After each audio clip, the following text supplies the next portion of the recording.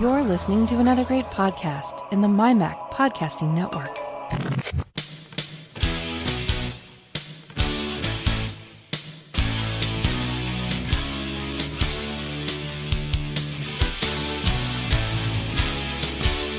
Hello and welcome to another edition of the show where we take a wander around the week in Apple news, reviews, technology, associated products, and all sorts of other things that catch our eye.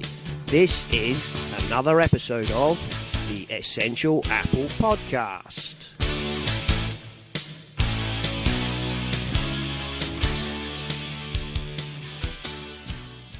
Hello, and welcome to this week's edition. And I am joined this week by Nick Riley, also known as @Bligosh, who has kindly agreed to become at least a semi-regular new co-host on the show. So, welcome, Nick. How are you? Thanks, Simon. I'm good, thank you. I like your introduction, I must admit. I think that the quite often the other takes over. Anything else that takes our attention is often the kind of things that we actually get waylaid into. Well, never mind. You know, that's fine. Yeah. Sometimes there's more Apple news than there is others, and sometimes other things are slightly more interesting. Indeed. But this week, I have to say, Nick, we are swamped with news. Loads of stuff. It's been a news bonanza this week. Well, I suppose we'll just crack on, shall we? Sounds good to me. We've got so much to do. Right. Well, the big news of the week is, of course, new MacBook Pros with new processors, more RAM, a newish keyboard, newish, not quite new, more spec, more money, more Pro, more cash. Yeah. Yeah, I had when I noticed they'd come out, because, you know, Apple makes sure you notice, don't they? I thought, I wonder how much these cost fully spec. Yeah. They get over to over £6,000, and I thought, wow. Oh, yeah, I know. Mind you, I mean, I took a look. Only applies to the touch bars, so the non-touch bar. If you want one without the touch bar, you're still buying the older spec. Right. So that only goes up to 16 gig of RAM and has the 7th gen processors. They've also divided it this time. I noticed that if you want the highest of high spec, you've got to have the 15-inch. The 13 does not allow you to have the i9 processor. Oh, that's interesting. I wonder if that's space and temperature and stuff. If it's anything, I suspect it's to do with temperature. Yeah, thermal requirements. But overall, I thought they looked quite good. Now with 32 gig of RAM, although I noticed to do that, they've had to go back down to, is it DDR3 rather than the DDR4? Oh, right, okay. Yeah, well, that was part of the reason they couldn't have more than 16 gig of RAM. Right. Because whatever it was they put in the last ones, I think it's DDR4, doesn't support it. I think pros are the very sort of people who are going to make use of 32 gig, in all honesty. And I think my iMac in front of me's got 8 in, and it's more than enough for me. But, you know, if you're someone who's doing lots and lots of stuff all at the same time, yeah, you're going to want plenty of memory, and particularly if you're doing graphical and photo stuff. You're just going to need that extra memory. I mean, they also, of course, these new ones also support eGPU boxes, which Apple also announced. That's the external graphic cards things. Yeah, external graphics boxes. And along with the release of the new MacBook Pros, they announced the first graphics box, I think. I forget it's from Black Magic or somebody. I didn't put it in the notes. That was stupid. Oh, right. Okay. That sounds good. Anyway, if you're in need of that kind of graphic processing, then that's all good. If you're in kind of that noise, I wonder if I put it in the Slack. Anyway, it's all over the web. You can't miss it. If you're interested in it, I'm sure you'll have no difficulty finding it. I don't really know. I mean, you know, about time, really, I think is all you can say about that. It's eighth generation core processors. I was hearing someone talking about keyboards, and they said something like, so they're not saying it's a repair or, and I thought, well, no, of course they're not. No, they're not going. What they're even saying if they've made them better, they're not going to say that's what they're doing. It says, I believe they described it as a better typing experience. Yes, I was hearing someone say they were quieter than the previous and they're ones. supposed to be quieter. Yeah. Now, I did read somewhere, might have been iMore or iFixit, I can't remember, who said that what they found was that they detected that the click was not necessarily actually lower in decibels, but it was at a slightly different pitch. Oh, right, okay. Which makes it apparently, less annoying to the human ear. But there's all sorts of things about the human ear that's quite interesting. I mean, you know that I'm a musician and I play the church organ. And one of the things you learn very early on is if you want to accent something, sort of make something a little bit louder for a particular note, you can't do that on the organ because when you press the note, the pipe sounds and that's the end of it. It's not like a piano, but you is can it? Fool the ear into thinking there's an accent by very fractionally delaying the entry of the note, right? Which is interesting. And I guess this is the same sort of thing. If you change the angle, the pitch a little, then it just fools the ear into thinking that it's significantly quieter. Well, the other thing, of course, is digital trends say that in a teardown, what they found is that there is a thin silicon sheet that was not there before. That has been inserted under the keyboard, underneath the switches, I think, or maybe it's just directly under the keyboard. It wasn't precise. Which Apple was saying is there to soften the end of the travel of the key and to help deaden the sound. But I think most people's immediate thought is, and what is the main reason you put a silicon skin on a keyboard? It's to keep those crumbs out. It's to stop craft getting on your keyboard, isn't it? It's prevent ingress of things that should not be. Yeah, I'm the worst. I'm the worst person at work for eating my sandwiches over my keyboard. So I dread to think what's growing in there. Well, I used to hate the worst Apple keyboard of all time was the one I called the crumb tray. Oh right, which was the white button where they removed all the case, but so the body of the keyboard was that clear perspex tray. Oh, I know what you mean. Yeah, and it had the old-fashioned, long travel keys. It was the worst keyboard of all time, actually, that Apple put out, in my opinion, and it was clear, and you could see all the cruft that was in it. It was lovely. Yuck. You could see all the crumbs and bits of fluff and other gunge that had accumulated in there. Very unpleasant. Anyway, so Apple are not saying that this silicon sheet is there to prevent the keys from misbehaving, but most people seem to think that probably is why it's really there. I don't know. I mean, I can imagine it would help soften the end of the travel, although there's so little travel in those butterfly keyboards, I think you'd notice. Yeah. Oh, but they'd got to do something, hadn't they? Because there was so much fuss about it one way or another. Oh yeah. So I'm sure whatever they've done will improve it. So because they don't. I suspect by not claiming that it's a fix, then if it doesn't work as well as they hope, it's not the end of the world. Well, and I mean, of if course, you come out and say if they had said it was a fix, they're opening themselves up for all sorts of litigation, saying, well, if you're fixing it, there was something wrong with the previous one, so fix those. Well, there's that. Plus, of course, if you say we've done this and it will improve things, and it doesn't, then you're also opening yourself up to getting hammered, aren't you?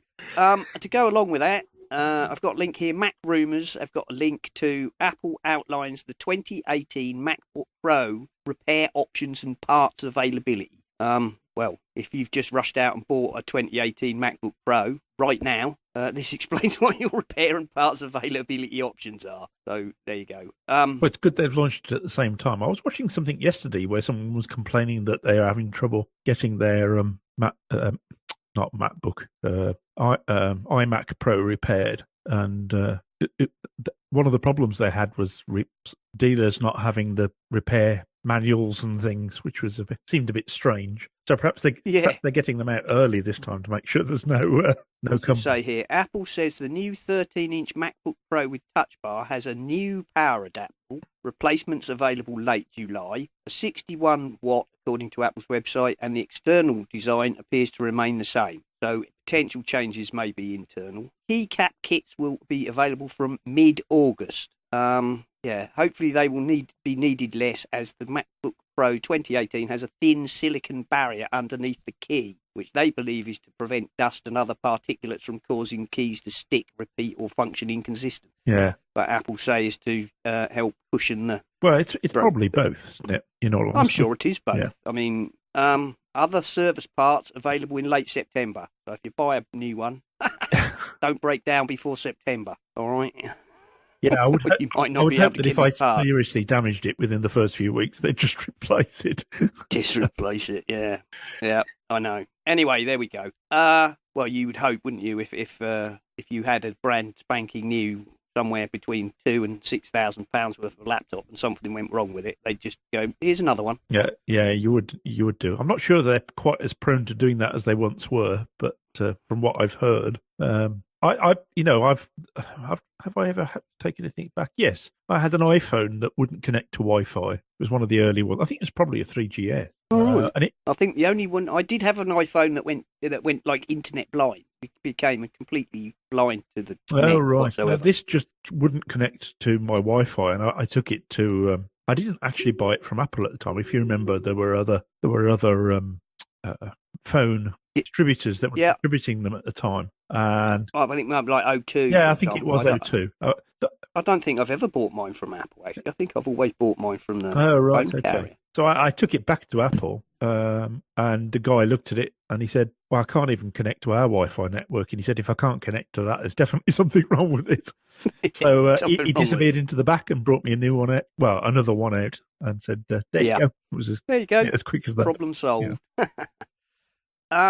iMore have a piece here called Apple is back in classic pro mode and we're getting new Macs to prove it, which was an interesting read. I can't say I agree with all of it, but it's worth a read if you're interested in that. They're basically, what they say here, new 32 gig 4 terabyte MacBook Pro, 18 core Xeon iMac Pro, new modular Mac Pro and Pro display on the way. They're definitely aiming it at the pro level, aren't they? I mean, most people of most people with my salary wouldn't be able to afford most of them, in all honesty, unless you saved for quite a long time. But there's definitely they've had a lot of criticism, haven't they, over the last few years?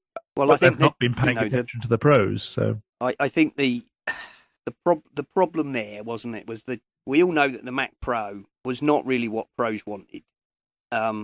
As smart as it was when it came out and everybody was, ooh, look. But it wasn't really what pros wanted. Then they found, they made a big gamble. They took a really big gamble on the kind of multiple GPU road and distributed GPU processing on that model. And it just didn't happen. The industry didn't. The industry didn't go that way. Nvidia and who are the other ones? Anyway, they all went on let's just make bigger and more ludicrously ramped up GPUs. It just proves, doesn't it? It doesn't matter how good you are at gauging the what's the word I'm after?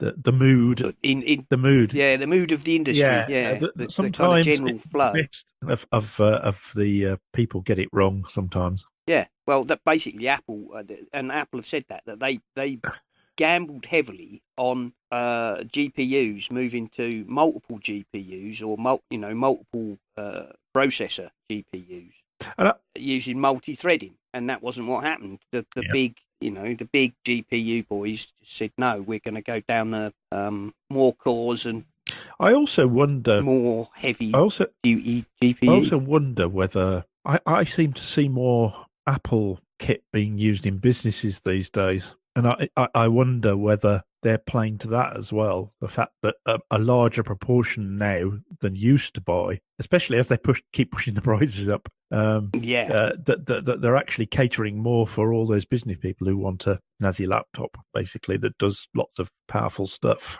Yeah, I mean, I've looked at this, and I looked at the new MacBook Pros, and they're lovely. They really are. But even the level at which I'd want to buy in going to set me back $2,000. Yeah. Yeah, they are. And unfortunately, because you look at the base spec and you go, all right, well, that's £1,500. That's, but then you go, right, well, I need more SSD in it than that. I want at least 512 SSD, and I want to future-proof it by putting some more RAM in it. And then all of a sudden, oh wow, that's like £2,200. Yeah, it's always it's one of the things that's always annoyed me a little bit about Apple. I understand that they've got to have some way of generating income by differentiating the models with the different amounts of RAM and SSDs and whatever. But I've just always found it a little bit irritating how they make a good profit off everything. So if you do add an SSD, it doesn't go up by the cost of an SSD in a little bit. It goes up by it goes up by at least double. It's like £200 Yeah. to take a step up. To take a step up on the SSD ladder is £200. And that's always. I mean, even from the very beginning. So my very first iMac was a 2007 24-inch, and I had a look at it, and I thought, okay, I can stretch to buying that, and I'm definitely going for it. And then I looked at the memory and how much they were charging for it, and I thought, and I'm not paying that for memory. No. Well, even of course, back in those days. But at least in those days, you could buy it with the minimum spec. Yes, and fit it yourself, which of course... and it had a little door in the bottom or whatever, and you could, or in the back, depending on which model it was, and you could order your RAM from Crucial and stick it in, and it would have cost you a quarter of what Apple would charge you to upgrade it. But now these Macs most of them are just, they're just not. You can't, and the laptop's even worse. And if you don't buy it up front, you're stuck. I've never really bought into this idea, and I've heard other people on other podcasts talk about it. That because they're so thin, they've had to do this. They're clever designers.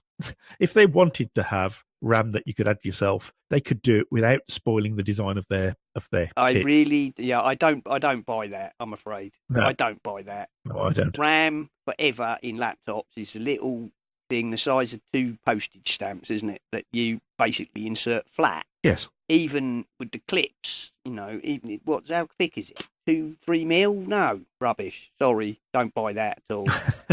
There's no. I don't buy into that. And the same for hard drives, really. When you look at the amount of space they have in some of these bits of kit, and I know they've used up a lot of the space with battery, because that's always an issue with with devices you're carrying around. You want the best battery you can get. But I sometimes think that, would it really have made that much difference if they'd say, well, actually, this one's got 9 hours of battery life, not 10. But you can change your hard drive up yourself by just slotting it in this slot. Putting it in, yeah, I know. But I know that's not Apple. I know they're never going to do that. And never going to, they've gradually closed that down, haven't they? Yep. I mean, it used to be that you could take on the old ones, you lifted the keyboard up and you changed the RAM, and then you had the old ones. The old iMacs had a little door you undid and you could change the RAM. I obviously recently at work, as I've said before, got a new 27-inch 5K iMac, and I had to argue the toss, with the management about why I should get a 27-inch and not a 24-inch. And what swung it in the end was on that model, the 27-inch has a user-accessible RAM door on the back, and the 24-inch does not.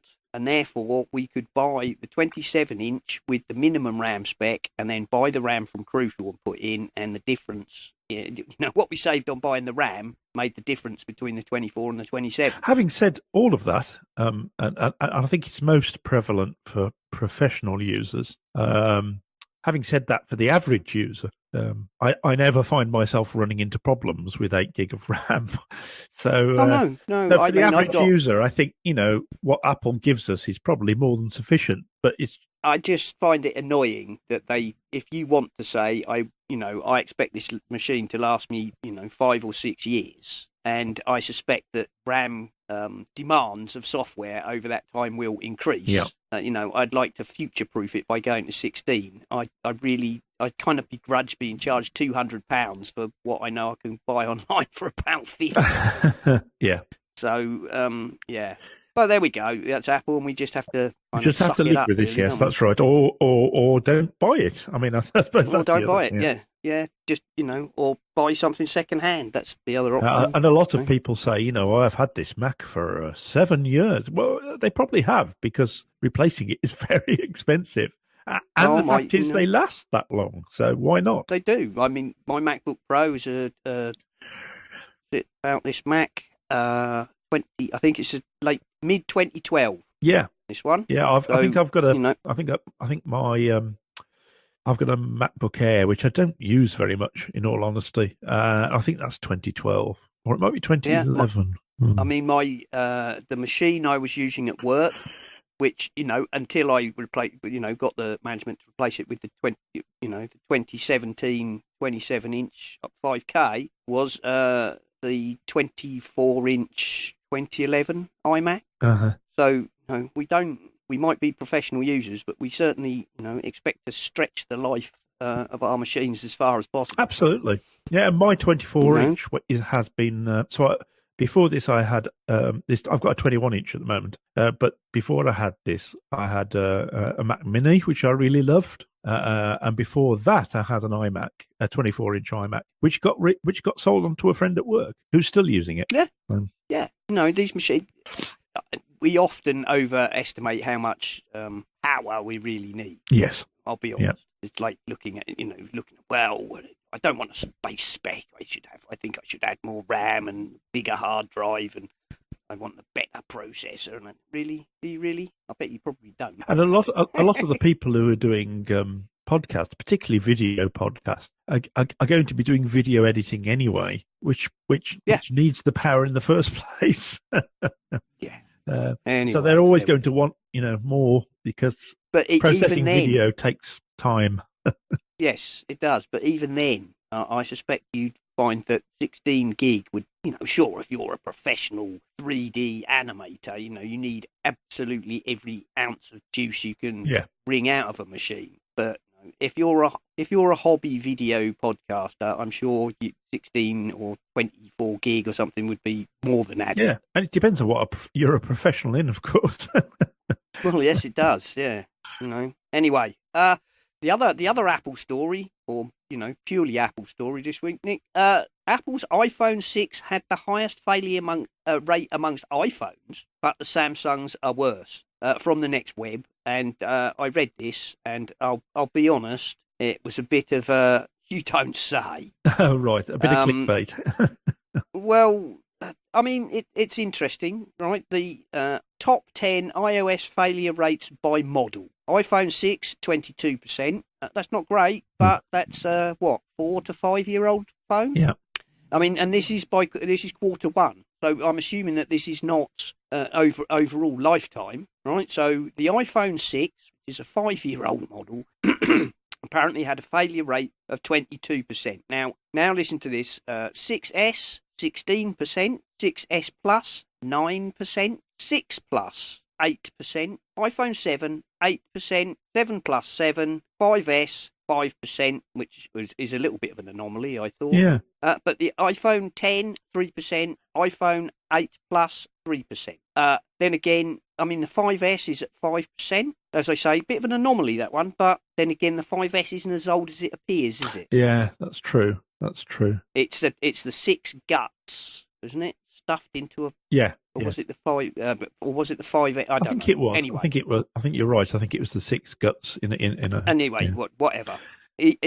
I was unsurprised because the iPhone 6 and 6 Plus, obviously, were the first big screen, models of that chassis, which has basically then gone through the 6, 7s. Yeah, it's interesting 6S, to look. 7, it's interesting to look at these 8. kind of figures, sort of dispassionately, really, and just look at them for what they are.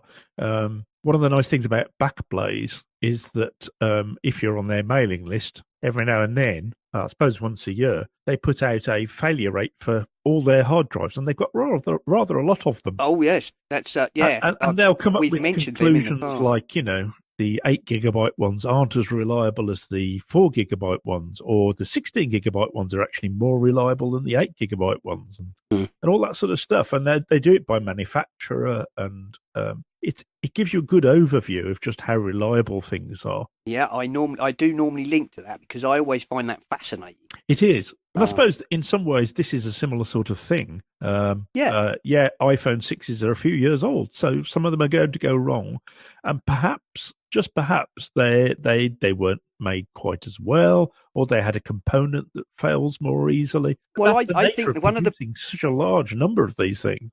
I think that the point there is that the 6 was the first generation of a chassis that then went on to be the 6S, 7, the 8. Yeah. And it was the first iteration of that ultra-thin, very large screen. And it's now what, 5? I think it's 5 years old now. And unsurprisingly, that doesn't really surprise me that an older first generation machine, is failing more than a later iteration. No, so it's not actually telling you anything you didn't know, but sometimes it tells me to have it confirmed. It's interesting to see that the iPhone 6 does have a high failure rate. Yeah, higher. Yeah.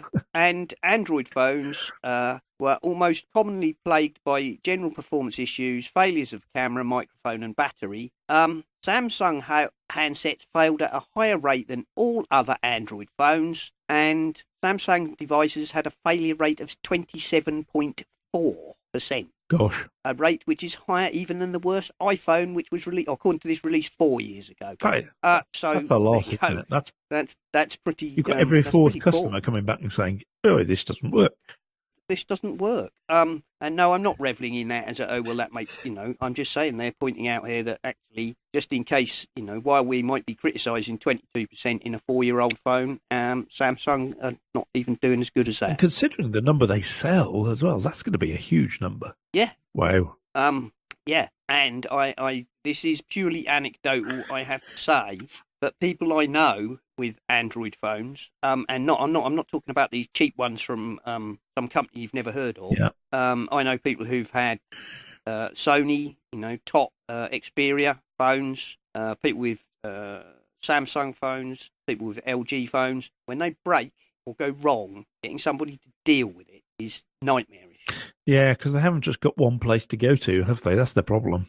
And what they get, most of them, is, oh, well, that's, you need to go back to the seller, or that, it just gets ping-ponged backwards and forwards. No one wants to deal with it. Yeah. So actually getting warranty repairs can often be hellish. So if you're lucky, you actually have one that's okay. I mean, not my last phone, but a couple of iterations ago, I had an HTC One, I think it was. Okay. And my colleague has it now, and he's still using it quite regularly. So yeah. If you're unlucky, then you're probably going to be more unlucky than if you own an Apple one. Yeah, two guys at work had LG G5s, I think they were called. Oh yeah. And they both failed, and they both had exactly the same problem, and they both had a great deal of difficulty getting it resolved. And in the end, they both bought iPhones. Interesting. There we Not go. surprising, but interesting. No, but why did they buy? I think one of them had an iPhone before and had changed. I think the truth is there were quite a lot of us, because I went over to I had an LG G4, so I had the HTC last, I think, and I had the LG. Oh no, it was the other way around. I had an LG G4 after that. But the fact is, the only reason I went to the dark side, as it were, was because they hadn't got a large iPhone. And I wanted a larger phone. I mean, I've got a 7 Plus now, and I love it. I like the size of it. It works well for me, and that's what I wanted. So yeah, I did go over to Android for a while. Experience isn't that bad, really. No, I don't. I'm not an Android hater, and I never have been. Neither am I. But I must admit, but the things I hear, it's the niggly things that you hear that think, and it is. And when I came back to the iPhone again, once they were making larger phones, it felt like coming home. I must admit, even though I'd really enjoyed the change, it really felt like coming home, coming back to Apple again.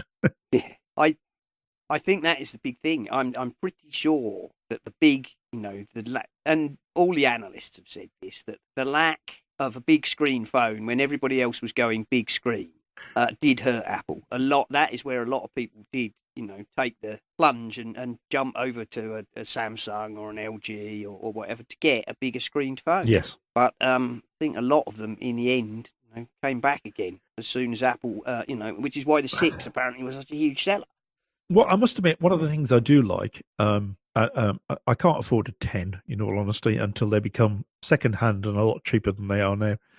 But, no, it's not so much I can't afford it. I can't justify it. I can't justify it either. The same as me. I'm not prepared to spend that sort of money. But I do like the fact that it's actually got the rim of it is quite small. Because when you look at the 7s and the 8s and they've still got quite big tops and bottoms to them. And the things I did like about having the Androids were both of them were almost all screen. And I did like that, I must admit. So maybe a 10 eventually. Yeah, well, I mean, rumours, I know, but, the rumour mill is predicting that this year all the phones will effectively be, 10-esque, however they are named or numbered. Yes. And some of them will be considerably cheaper than, the £1,000 model. So okay, I'll look out for that. That is the rumour.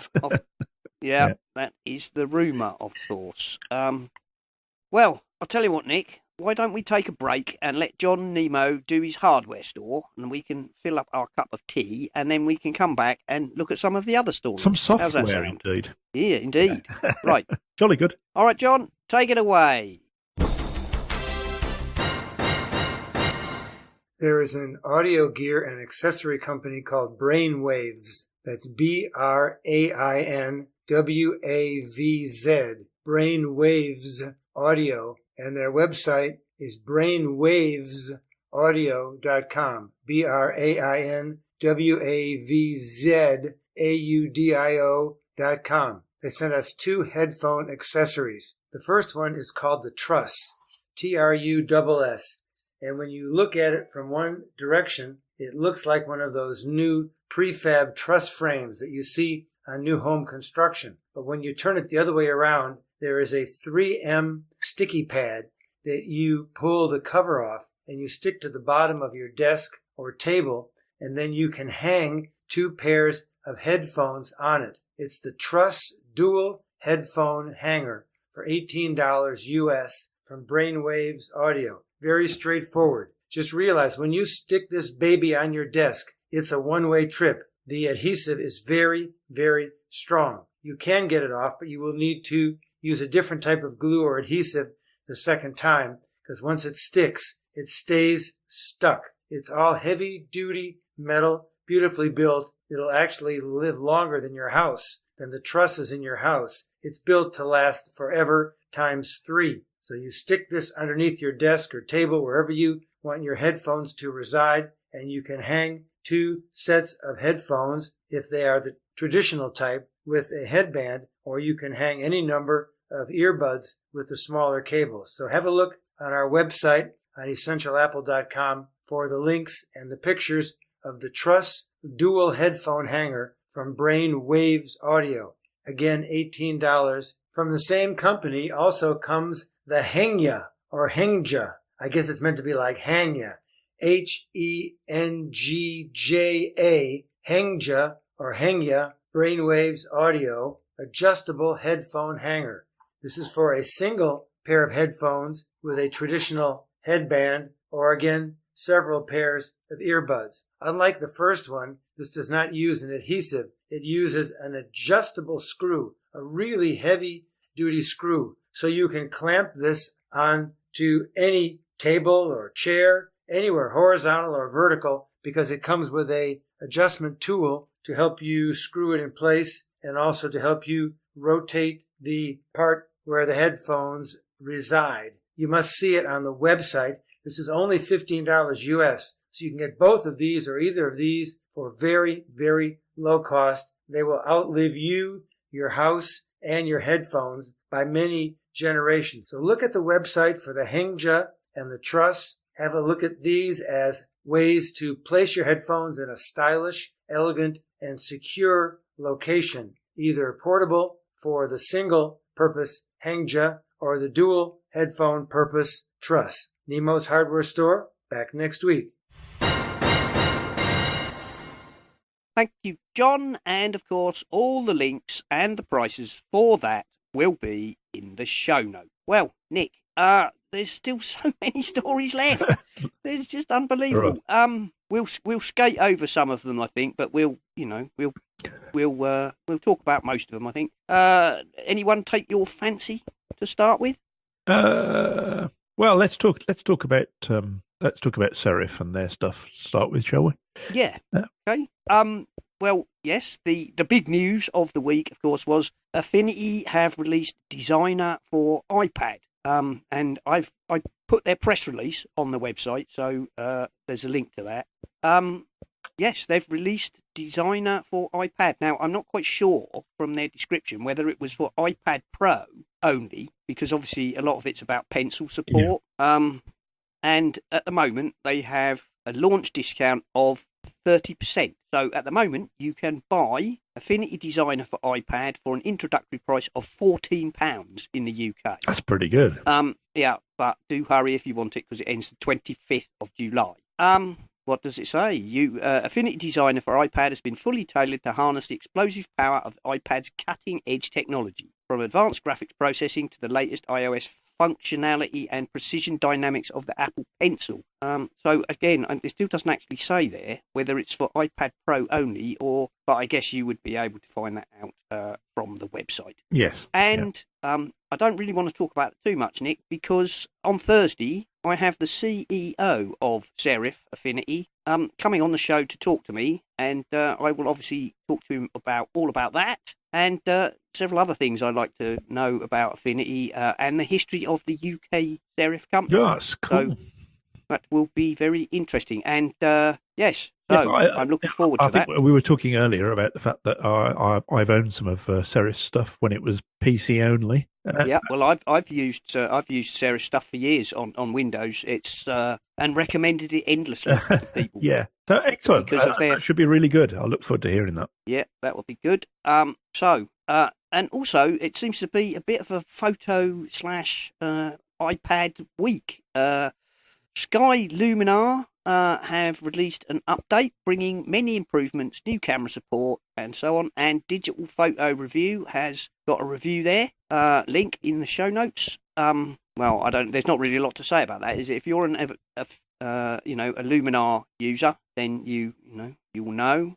We've had Skylum on the show a couple of times now to talk about their product. And so, new version has been released as was promised, but still apparently not the digital asset management. Oh, right. But he did say September or autumn, didn't he? On the show, he said it would be this year. Yes. And probably in the fall. So no digital asset management yet, folks. But he promised us it was coming. And there was a tweet here which Alistair Jenks retweeted, which is what brought it to my. Luminar can also be used as a plug-in for Affinity Photo.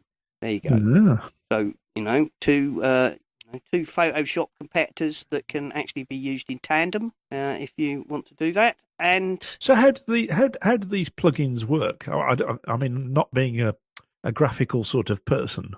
Well, what they tend to do is allow you to access the functionality modules inside one application from another. Oh, right, okay. So if there's a particular tool you want to use that isn't available in Affinity Photo, then you can use Luminar's bit. Yeah, for example, I mean, Affinity Photo is very much a Photoshop competitor. Yeah. And designed very much for photo manipulation and so on. I know there's always a crossover between digital darkrooms and photo editors per se. Yes. But they do somewhat slightly different things. And, of course, Luminar has a whole load of things like its AI, auto-adjusting features, and it has some really fabulous ways of brightening up pictures. And yeah, that sounded really cool when you interviewed him. Yeah. So those, you can bring some of that, if you've got Luminar, you can bring that in to, rather than having to save your picture halfway through, export it, take it to Luminar, do something else, export it, bring it back into Affinity. You can access the by using plug-in technology in the same way as you get things that plug into iMessage now. Yes. Yeah. Or all those kind of widgets that you can have. It's that's what it does. Allows you to use the functionality of one application inside another. That's good. Yeah. So there we go. Good to see that Luminar and Affinity, who are both Photoshop competitors, of course, are working together to some extent there, because as Alex from Luminar said, we're more of a Lightroom replacement than a Photoshop. Yeah, and of course, and Affinity very much is a Photoshop replacement. Yes, and of course, Adobe isn't sitting on their hands either, because it appears that they're building a full version of Photoshop for iPad.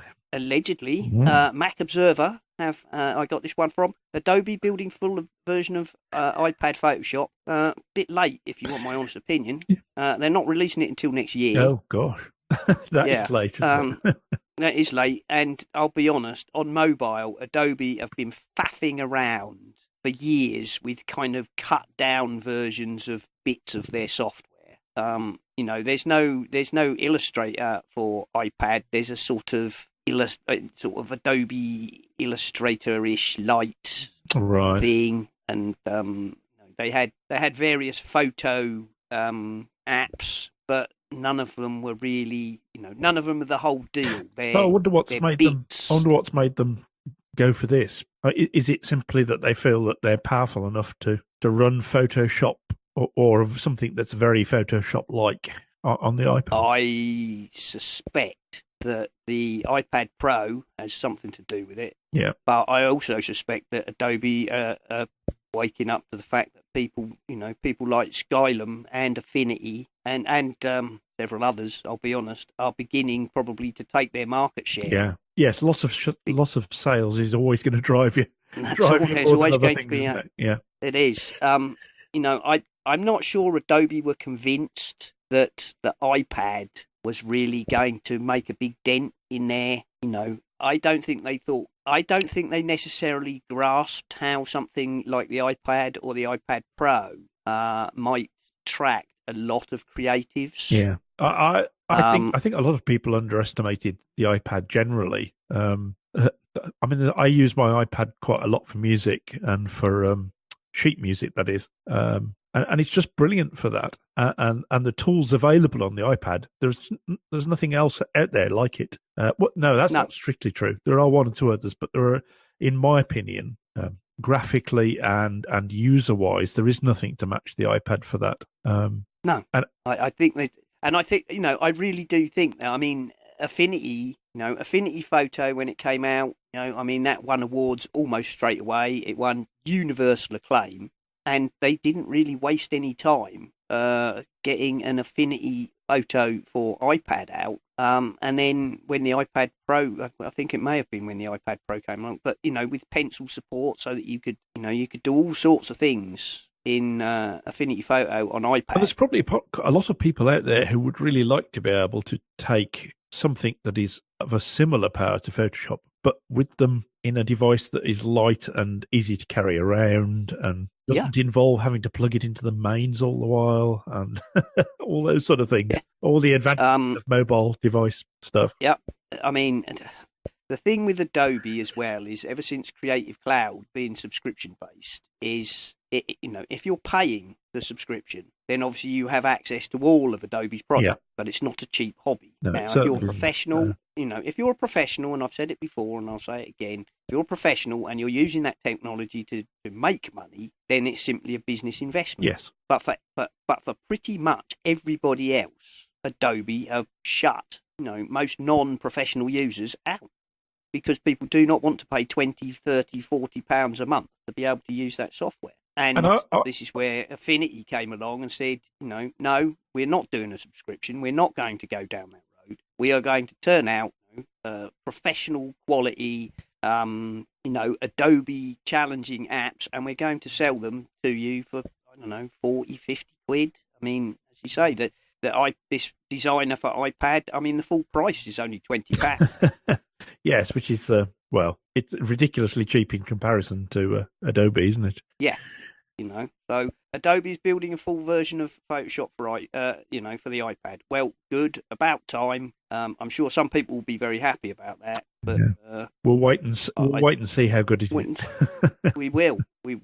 Yeah. And I don't know. There we go. And we were talking about Backblaze and their yearly hard drive failure review. Yes, which is always very interesting. On their blog this week, they had a backup awareness survey, which apparently, Computer Backup Awareness 2018 is getting better and worse. Back in June 2008, Backblaze launched the first backup awareness survey. And then it says here that every year since, we've commissioned the people at Harris Poll to conduct a survey.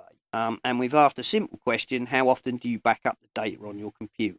Well, Well, they've got the charts here. The people who never back up has fallen from about 40% to about 25%, and the people who back up yearly, monthly, weekly, and daily have either steadily risen. Daily, bizarrely, got better and then has dropped off in the last year or so. I wonder how much of that is to do with cloud. Possibly. If you start putting a lot of your stuff in the cloud, you probably don't feel the need to. The number of people who back up monthly has basically steadily increased. Although, nearly all of them have fallen back in the last 2 to 3 years. So they were sort of climbing steadily till about 2015 or 16, and then they've dropped back in the last couple of years, which is why they're saying it's getting better and better.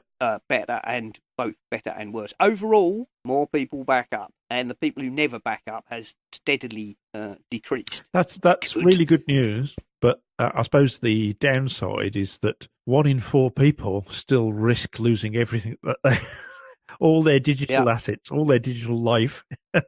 I mean, they've got a pie chart here.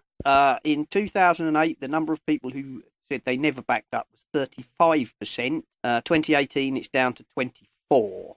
At the other end, the number of people who back up daily is steady at 6%. That doesn't actually surprise me, because I suspect even 10 years ago, the sort of people who feel the need that they cannot afford to lose any data at all are the same people like me who still can't afford to lose any data at all. I wonder if it depends on who they're asking the questions to, doesn't it?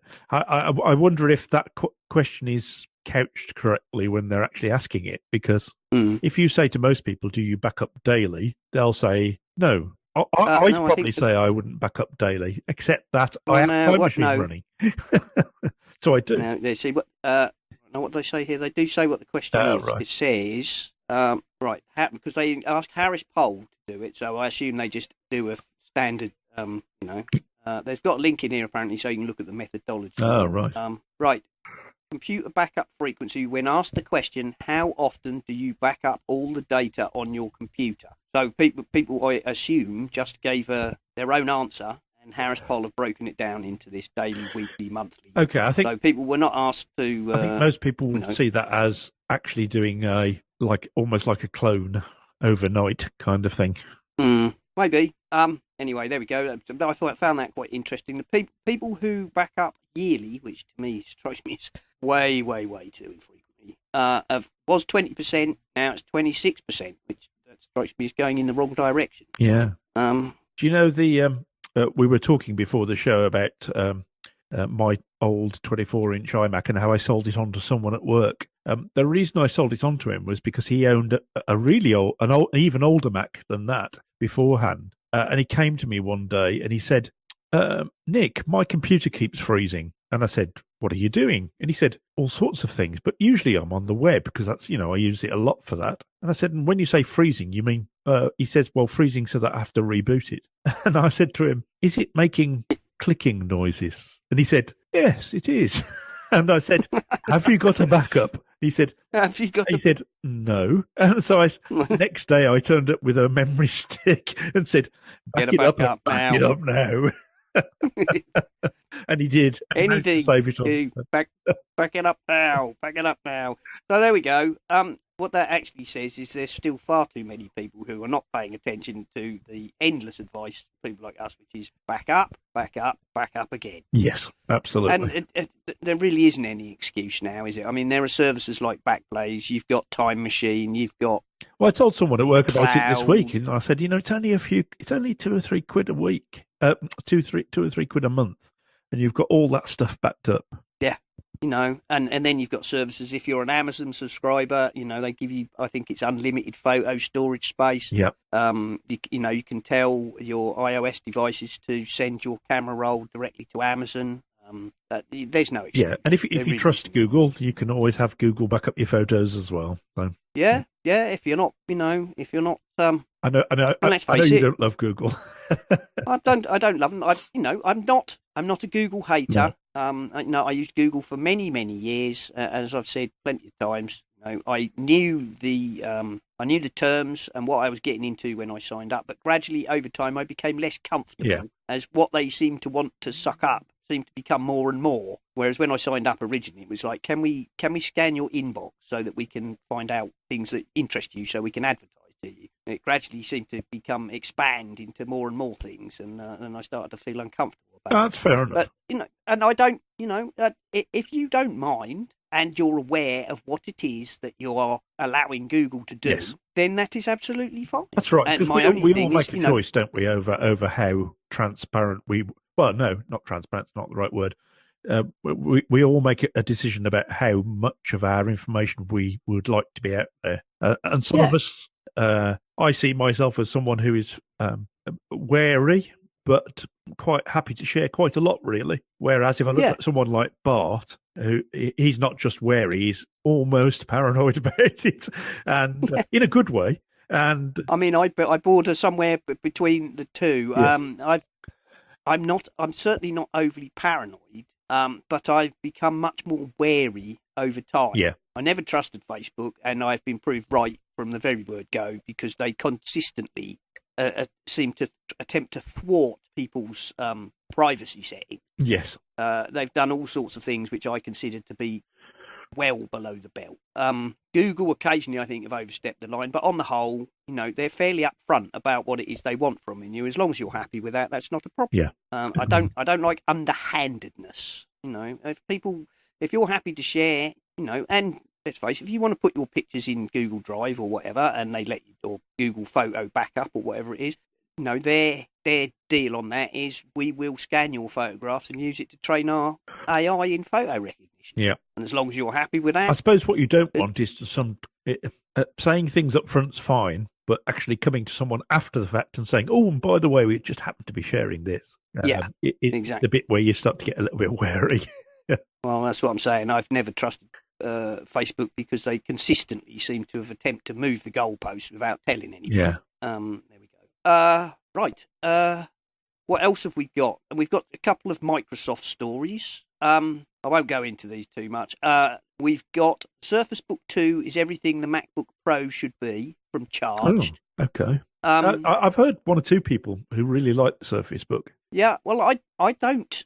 I've never seen one, and I've never used one. Right? No, nor have I, so I can't really judge. I can't really judge too, but on the whole, one thing I do know is that when Microsoft make hardware, they tend to make very good hardware. Mm-hmm. I mean, for many years, even in the period when I really did not like Microsoft at all, there was one thing that you had to admit that they were good at, and they made very good mice. Yes. Microsoft have always made really good mice. And a lot of people like their keyboards. Their keyboards I'm not so keen on, but they've always produced some really good mice. I've only ever had one or two, because obviously being an Apple man, but the ones I have had for PCs at work or whatever, I've always found to be excellent. So there you go. So I've no reason to suspect that the Surface Book 2 is any less good. I mean, it's got that weird bendy hinge, hasn't it?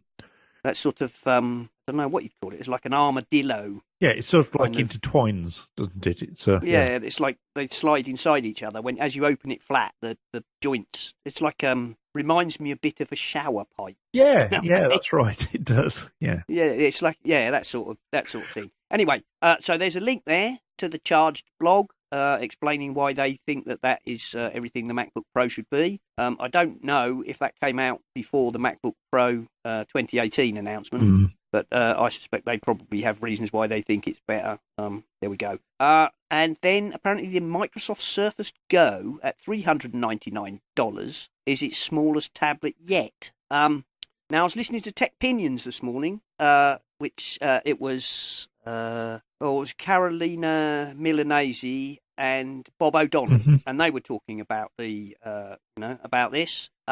Looks like a very nice piece of kit, I have to admit. If you go over to Engadget, look at the pictures. As they were saying, the $399 price point is a bit of a lure, because if you want the full experience, you need the keyboard. That's more money. You need the pencil. That's more money. A bit like the previous Surface ones. But then again, I can't point the finger too much. If you buy an iPad Pro, you don't get a keyboard or a pencil.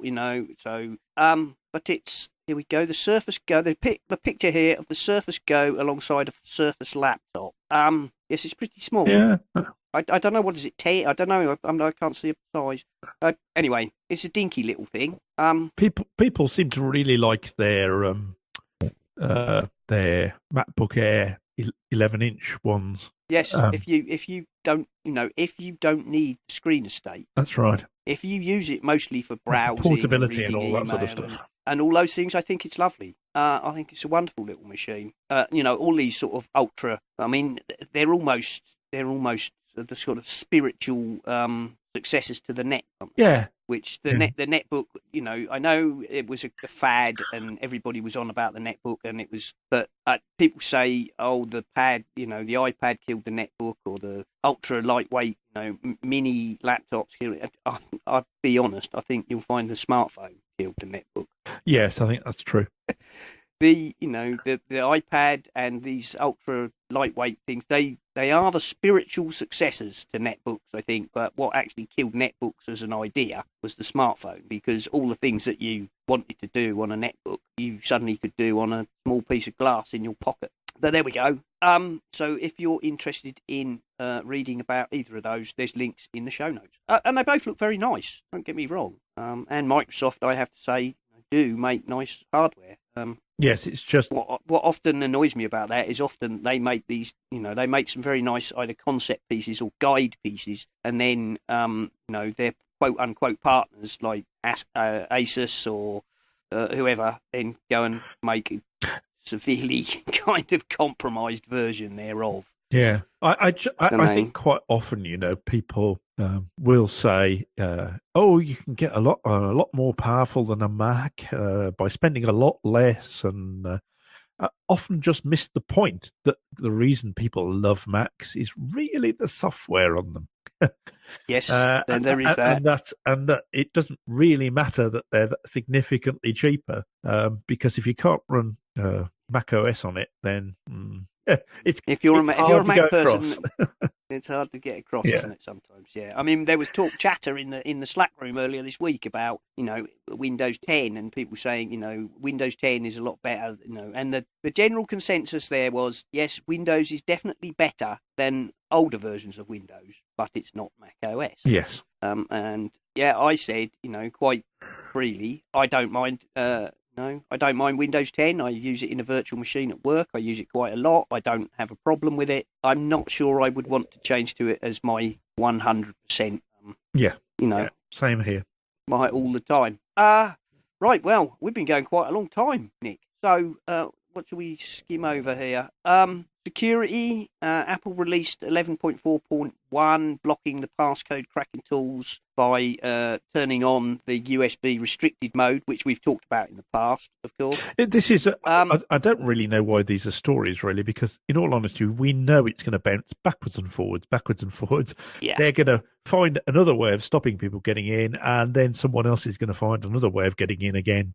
It's just what we've come to expect, isn't it, with the way things are? Yeah, I mean, the thing here is The Verge are saying that this, the USB restricted mode can be bypassed by plugging in a USB accessory, which, okay, that's fair enough. I can see how that works. If you seize a phone in the golden hour and you plug something into it, that prevents it effectively shutting down, going into USB restricted mode. But at the same time...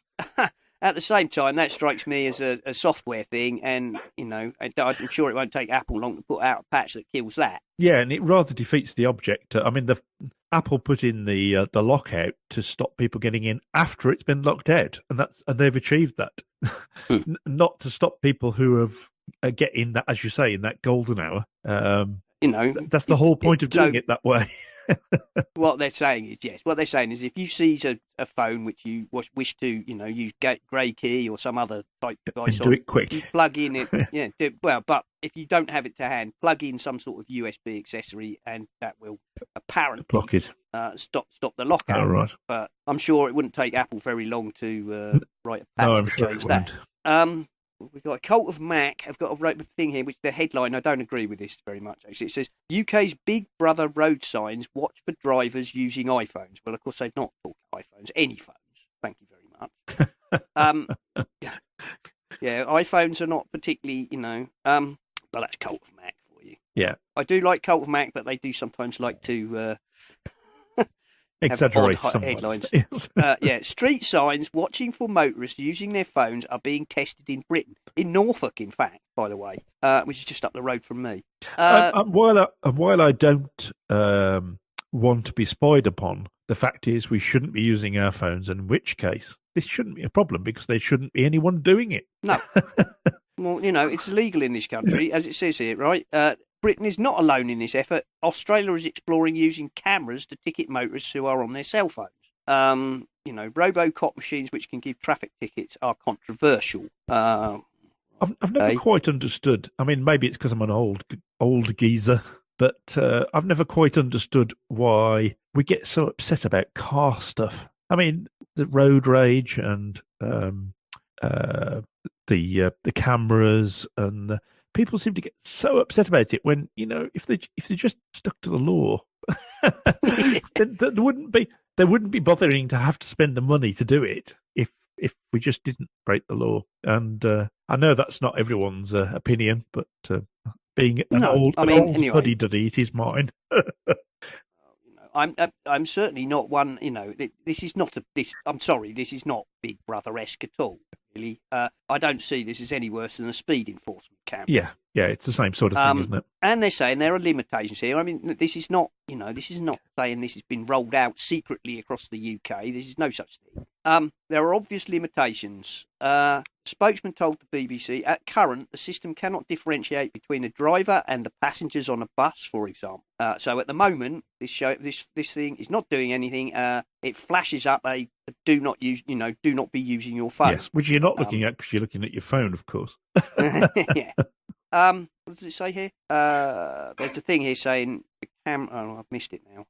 Anyway, what it's saying is it's not using a camera to photograph you. Actually, I think it should be using a camera to photograph you. If you've got a phone clamped to your ear, then you're guilty. Sorry. However, this is using a radio. I think there's some mileage for car manufacturers to actually solve this problem, because surely if they allowed you to plug your phone in, but not allowed you and to make calls via Bluetooth and all that sort of stuff, but as soon as you pick the phone up, the car cuts you off. Well, that would stop it, surely.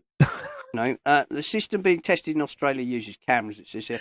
This sign points an antenna at the road and it lights up if it detects a phone transmitting to the cell tower. It can tell if Bluetooth is also being used, which tells it not to activate. Right, okay. So at the minute, it's like those signs that flash up saying, the speed limit is 30 when it detects you're going 35. Yes. Which just says, slow down. Or take a break, which seems to be the other one that seems to come up quite regularly.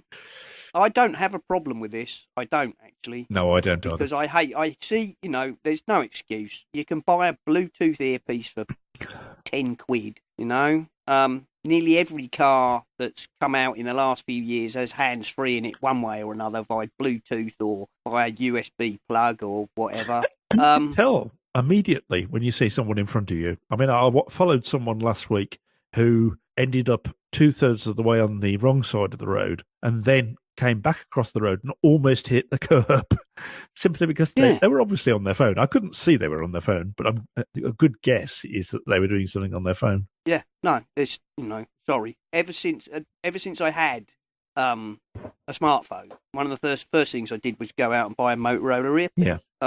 Now I could actually have my phone connect to my car, but I find it preferable to use a Bluetooth earpiece. Oh, that's fair enough. I prefer that. I find it easier. However, when I get my new car later in the year, I shall be getting a car and it has Apple CarPlay, so that'll be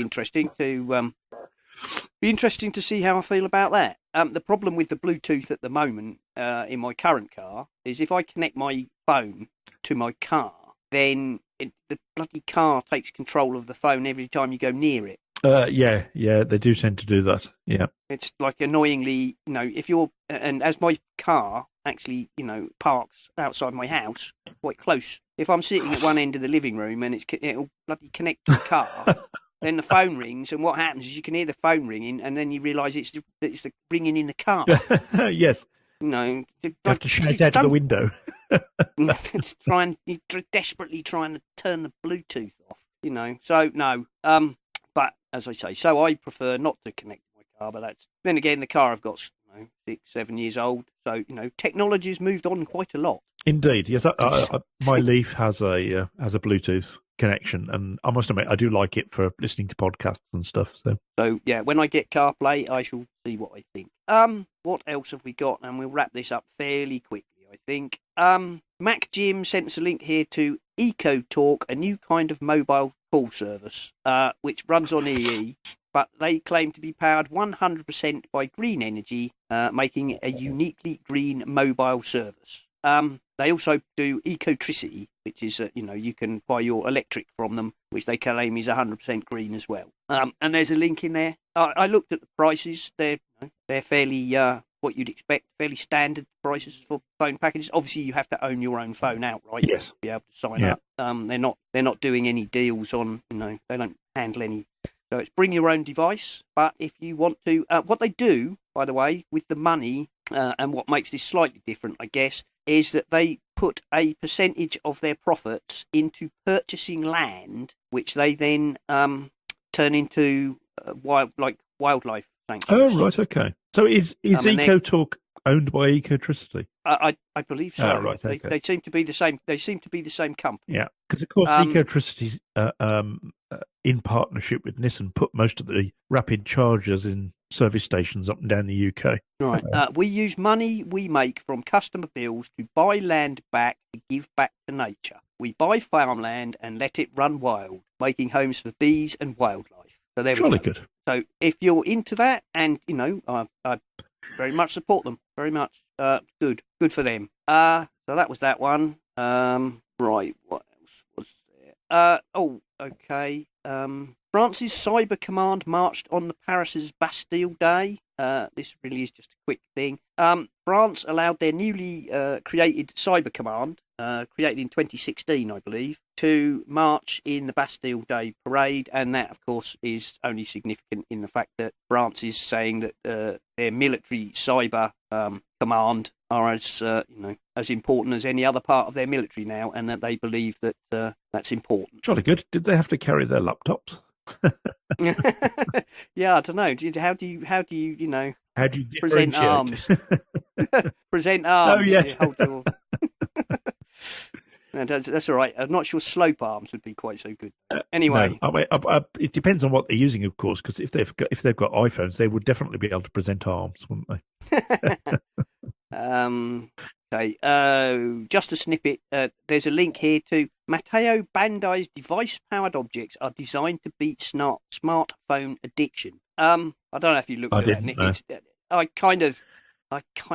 I got the idea, but I kind of sneered at it. The idea is that there's a variety of things, an alarm clock, a lamp, such things, which will only work when you plug your phone into it. And if you touch your phone, then they turn off. Oh, right. Okay. The idea being to, you put your phone in it, and therefore you can't use your phone, without disrupting whatever it is you've plugged it into. I think if you really feel you need one of these, great. But otherwise, I suspect they're very expensive doodads for riding on a current fad. Yes. For digital wellness. I mean, don't get me wrong. It's quite obvious that everyone uses their phones a lot.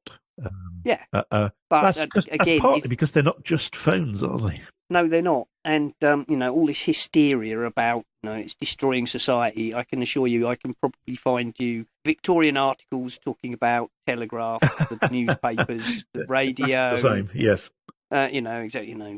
Digital, video arcade games, anything you like. Oh, I wish I'd got a soundboard. We're all doomed. Oh yeah, I don't think I've got an all doomed. I've got I've got this one though.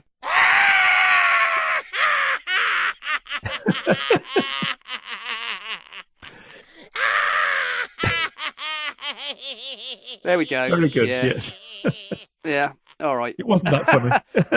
No. Yeah. All right. I've done.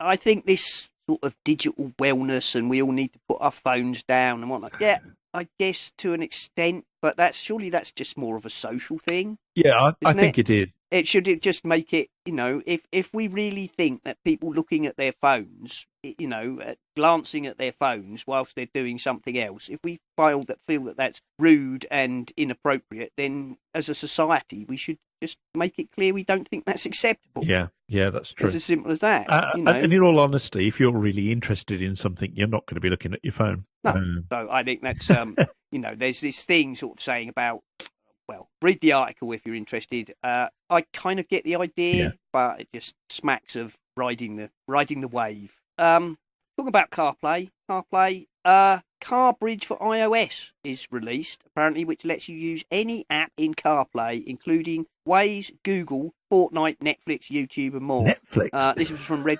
Yeah. There's a reason, really, why Apple, I think, restrict certain apps. But if you really feel that you want to get around them, this app will allow you to do it.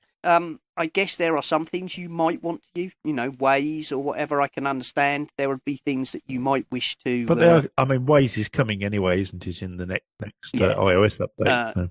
Google, you really need, if you need something, just ask Siri, I guess. I don't know what's Fortnite. Do you know what Fortnite is? Oh, I know what Fortnite is. It's the Battle Royale game. Right. Okay. The thing that's everywhere. Yeah, don't be trying to play Fortnite while you're driving, people. That's not a good idea.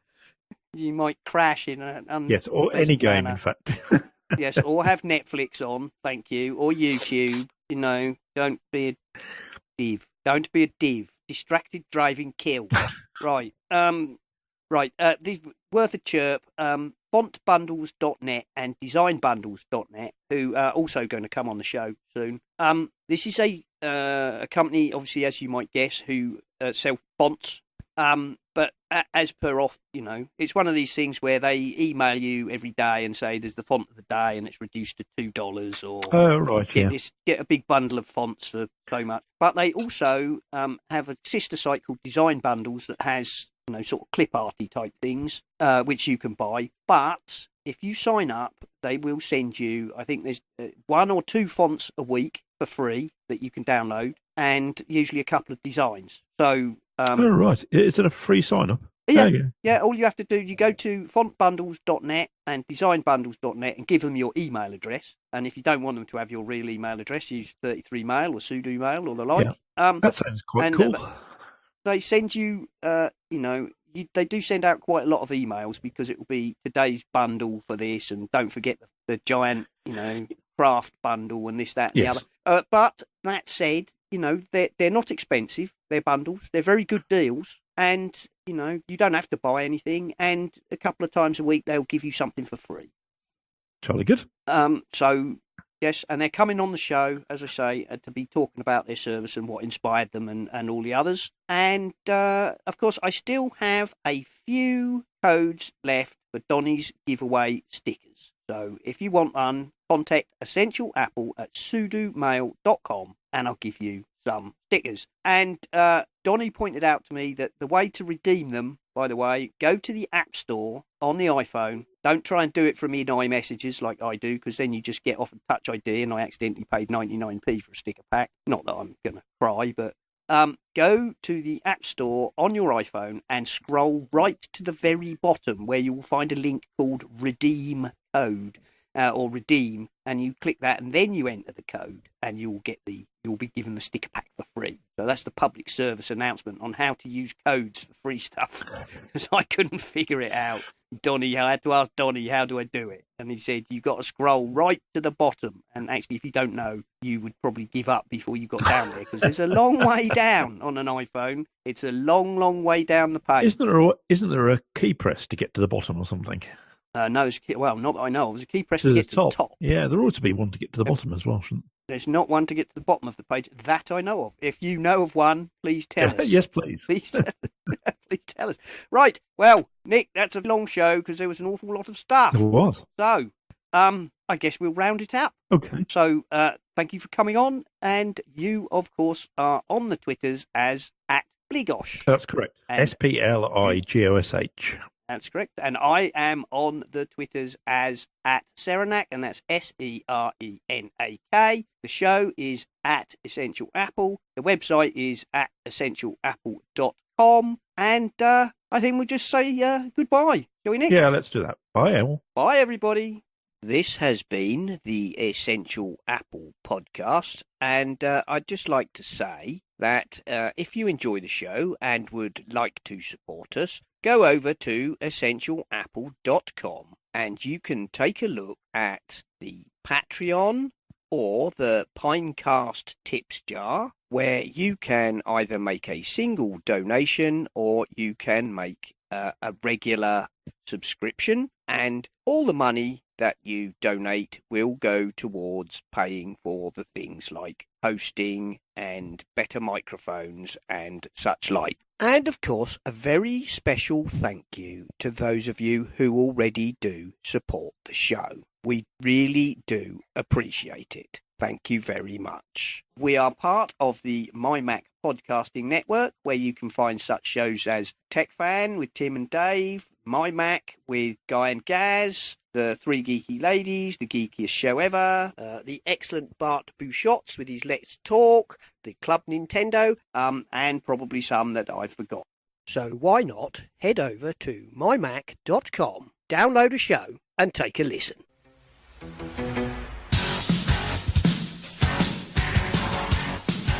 This is Optimus Prime, calling all Autobots. Prime to all Autobots. A new Tech Fan podcast has been released. Return to base immediately, so that we can all enjoy the humans talking about technology. Repeat, Optimus Prime to all Autobots. A new Tech Fan podcast from Spotlight Network has been released. Return to base immediately.